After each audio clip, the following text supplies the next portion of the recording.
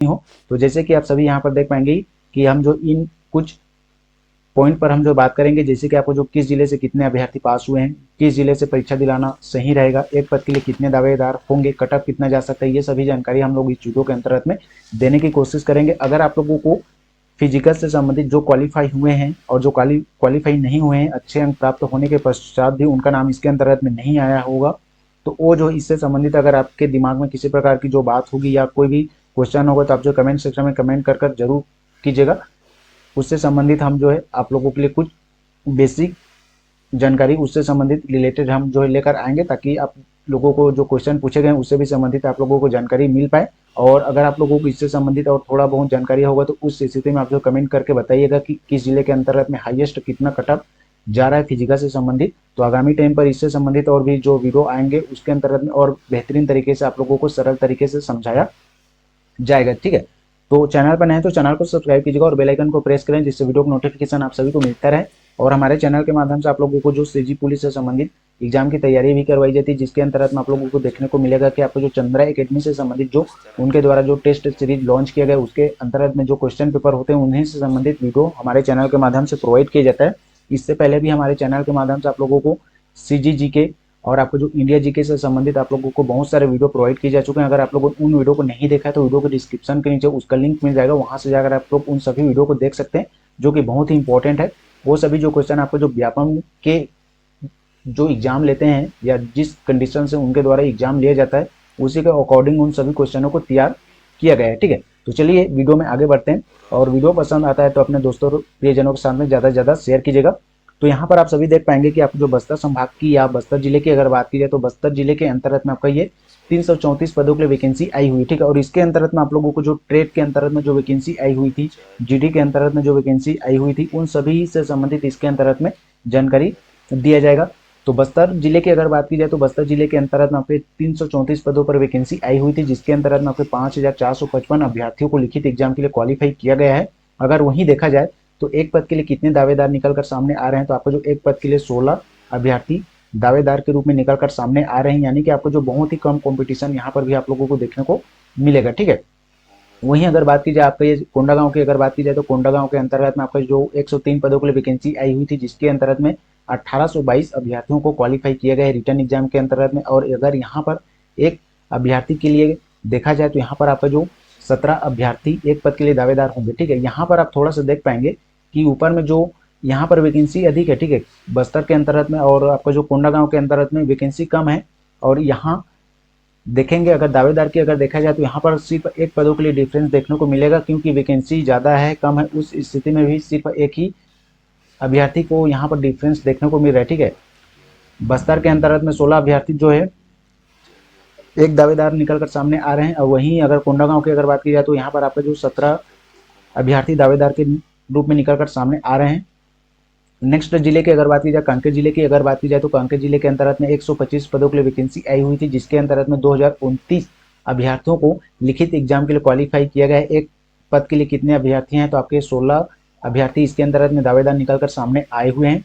वहीं अगर दंतेवाड़ा की अगर बात की जाए तो दंतेवाड़ा में आपके 55 पदों के लिए वैकेंसी आई हुई थी, जिसके अंतर्गत में 769 अभ्यर्थियों को इसके अंतर्गत में लिया गया है। और यहाँ पर जो देखा जाए एक पद के लिए 13 अभ्यर्थी यहाँ पर आपका जो निकलकर सामने आ रहे हैं। ठीक है, तो यहाँ पर आप जो एग्जाम दिलाना चाहें तो यहाँ पर आप जो एग्जाम दिला सकते हैं, क्योंकि यहाँ पर जो है जो अभ्यर्थियों की संख्या भी कम है, लेकिन यहाँ पर जो पदों की संख्या भी यहाँ कम है। ठीक है, तो इस स्थिति से अगर आपका नाम यहाँ पर होगा, अच्छा खासा यहाँ पर आपके द्वारा अंक अर्जित किया गया होगा, तो आप यहाँ पर एग्जाम दिलाना चाहेंगे तो दिला सकते हैं। लेकिन मेरे द्वारा पर्सनल अगर आपसे बोला जाए तो जहाँ पर पदों की जो संख्या सर्वाधिक है वहाँ पर आप लोगों को एग्जाम दिलाना ज़्यादा फायदेमंद रहेगा। ठीक है, ये आप लोगों को समझना होगा।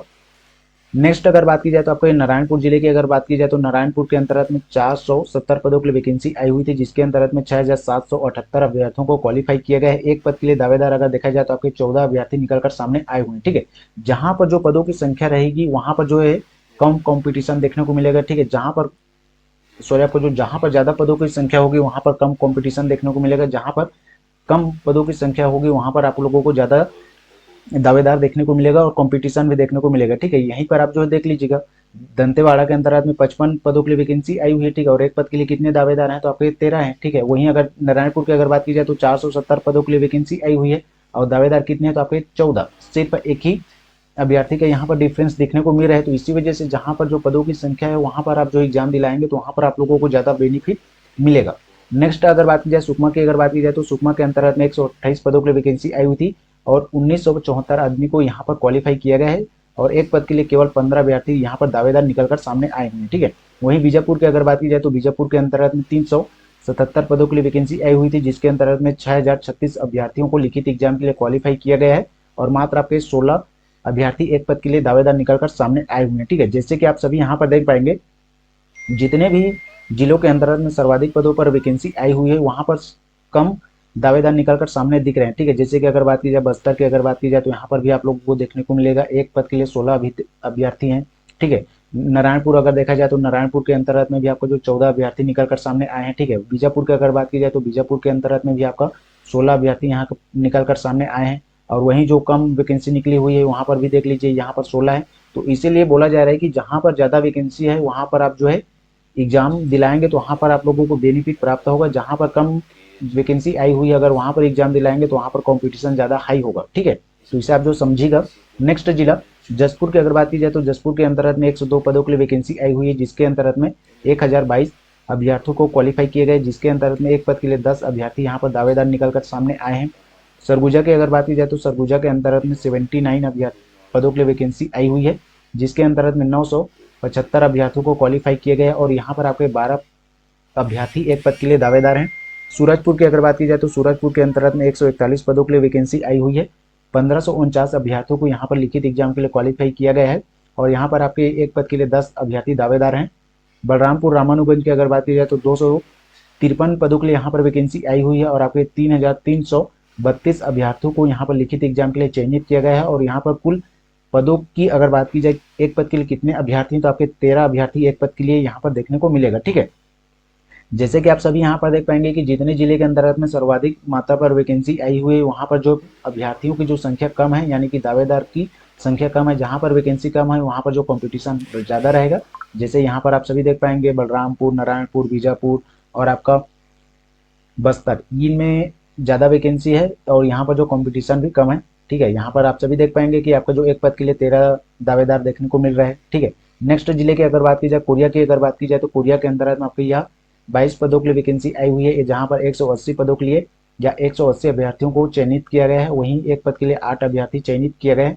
अब यहाँ पर देखेंगे तो आपका जो दावेदारों की संख्या कम है। ठीक है, लेकिन इसी को आपको जो है तीनों कैटेगरी के अंतर्गत में देखना है ना, SC ST और आपको जो OBC के अंतर्गत में भी देखना है, तो अलग अलग कास्ट के अंतर्गत में अलग अलग वैकेंसी आप लोगों को देखने को मिलेगा। तो उस स्थिति में भी यहाँ पर आपको जो कंपटीशन ज़्यादा ही रहेगा। ठीक है, नेक्स्ट आपका जो MCB की अगर बात की जाए तो MCB के अंतर्गत में आपके 100 पदों पर वैकेंसी आई हुई है, जिसके अंतर्गत में 637 अभ्यर्थियों को चयनित किया गया है और यहाँ पर एक पद के लिए कुल 6 अभ्यर्थी चयनित हैं। ठीक है, man part PTS man part की अगर बात की जाए तो यहाँ पर आपको जो 10 पदों के लिए वैकेंसी आई हुई, जिसके अंतर्गत में आरक्षक GD के लिए आपका 66 अभ्यर्थी पास किए गए हैं। ठीक है, वहीं आपका जो ट्रेड की अगर बात की जाए तो 406 अभ्यर्थियों को यहाँ पर ट्रेड के लिए लिखित एग्जाम के लिए क्वालिफाई किया गया। अगर देखा जाए तो यहाँ पर एक पद के लिए कितने अभ्यर्थी दावेदार हैं तो आपके 47।